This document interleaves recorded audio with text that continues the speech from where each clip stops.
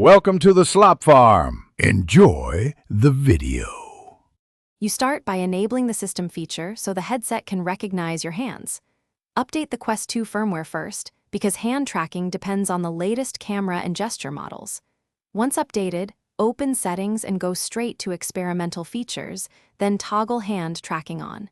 Make sure to grant camera permissions when prompted. Without that, the feature cannot run. After enabling, the headset will guide you through a quick calibration. Do that now so tracking has a reliable baseline. Once calibration is complete, you move into learning gestures and optimizing tracking.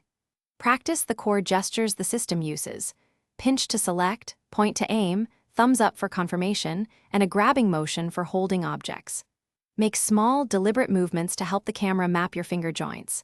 In apps that support it, switch between controller input and hand input from the toolbar so you can compare responsiveness.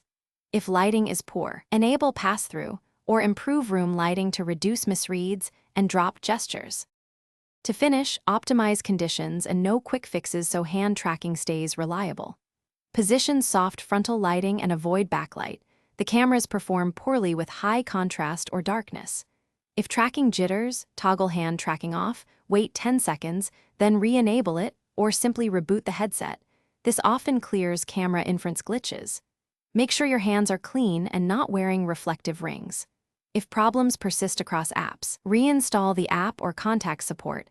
One key troubleshooting tip: testing in a brighter, uncluttered space usually fixes most issues. Thanks for watching.